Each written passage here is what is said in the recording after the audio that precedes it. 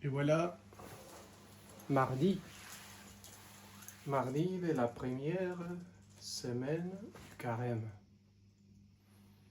Bienvenue, vous tous. On est dans l'évangile de Matthieu, Matthieu 6, 7.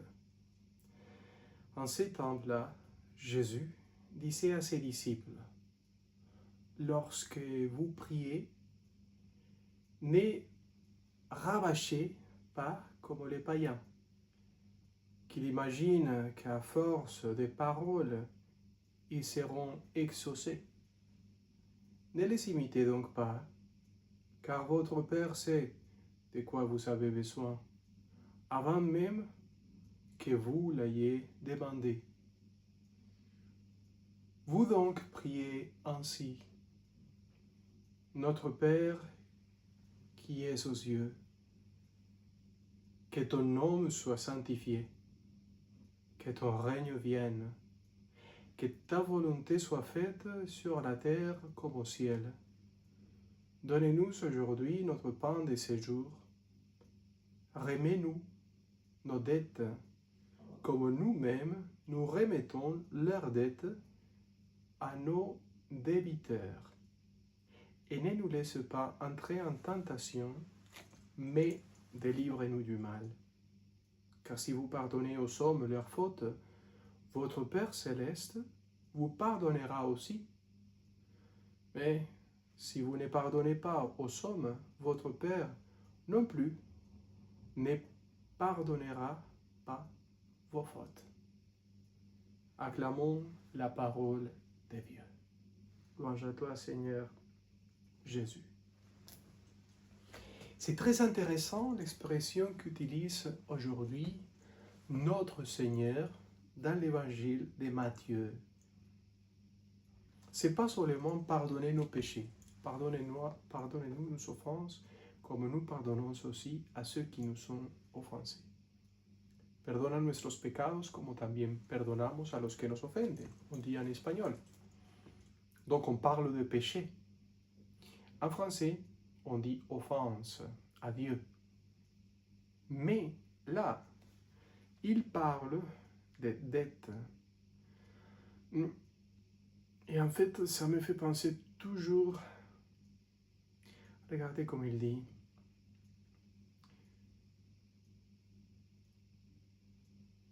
donnez-nous aujourd'hui notre pain de ce jour. Remets-nous nos dettes comme nous-mêmes nous remettons leurs dettes à nos débiteurs. Il faut réfléchir sur cela. Parce que je pense que toute l'histoire de l'humanité et les problèmes dans l'histoire de l'humanité se trouvent là justement. Alors, imaginez-vous, vous êtes un adolescent de 12-13 ans et vous vous mettez à jouer de football dans la rue.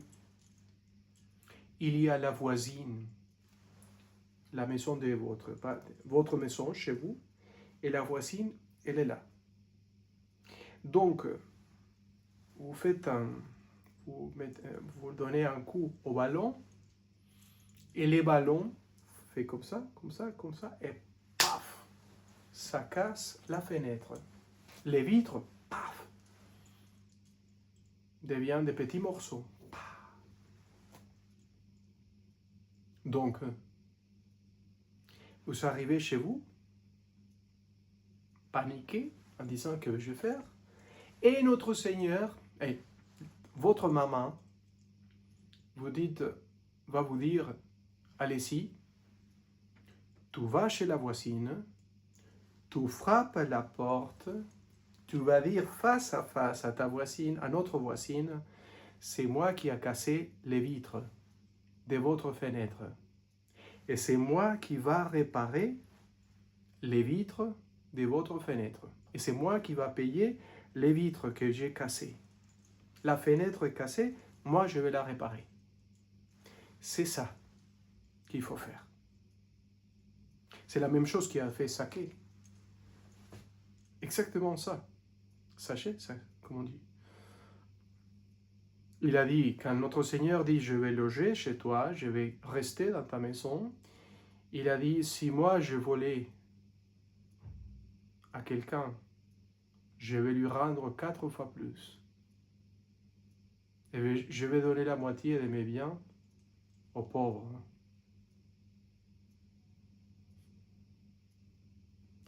Vous vous rendez compte de qu'est-ce que ça veut dire réparer cela qu'on a fait du mal? Si tu as dit des mensonges, si tu as eu la haine contre quelqu'un, moi-même j'ai connu cette histoire. Quelqu'un qui a avorté quand elle était jeune. Il a fait la rencontre avec Dieu. Il a cherché se confesser, bien sûr. Il a pu se confesser. Mais à partir de là, il a commencé à défendre la vie.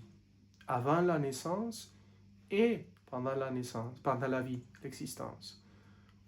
Toute la vie de cette personne a été une offrande d'amour pour protéger la vie, pour aider les pauvres, pour réparer cela qu'elle avait fait par l'avortement de son fils. Toujours qu'elle priait, elle demandait à son fils, qui se trouve dans les ciels, de lui aider, de prier pour elle, et lui aider à réparer cela qu'il avait mal fait, tuer, arrêter son existence. C'est très fort. Toute la vie de cette dame a été se donner, défendre la vie, protéger la vie. Depuis là jusqu'à la mort, toute sa vie a été une réparation de l'avortement. Quand je voyais son témoignage, je disais, voilà, qu'est-ce que c'est réparer les vitres qu'on a cassées?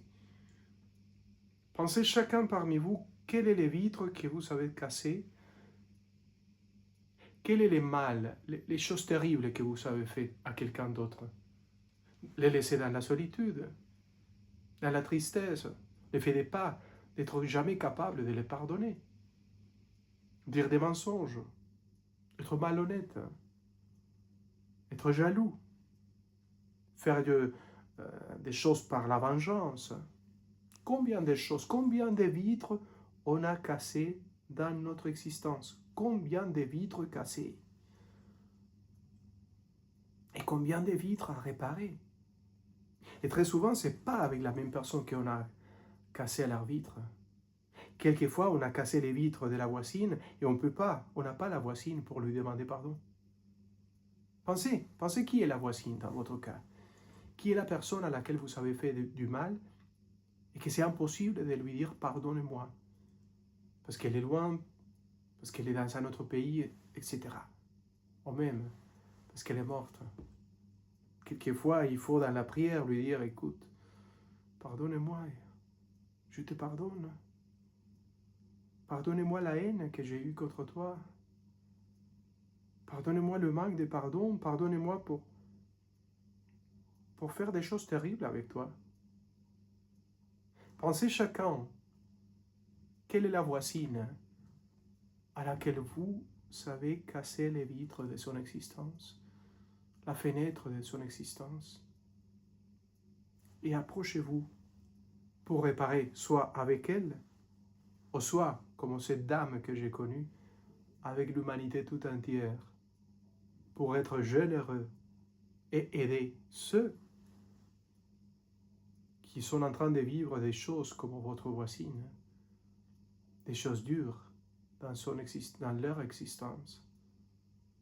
Pensez à ça. Voilà qu'est-ce que c'est réparer les dettes qu'on a avec les autres, avec Dieu lui-même.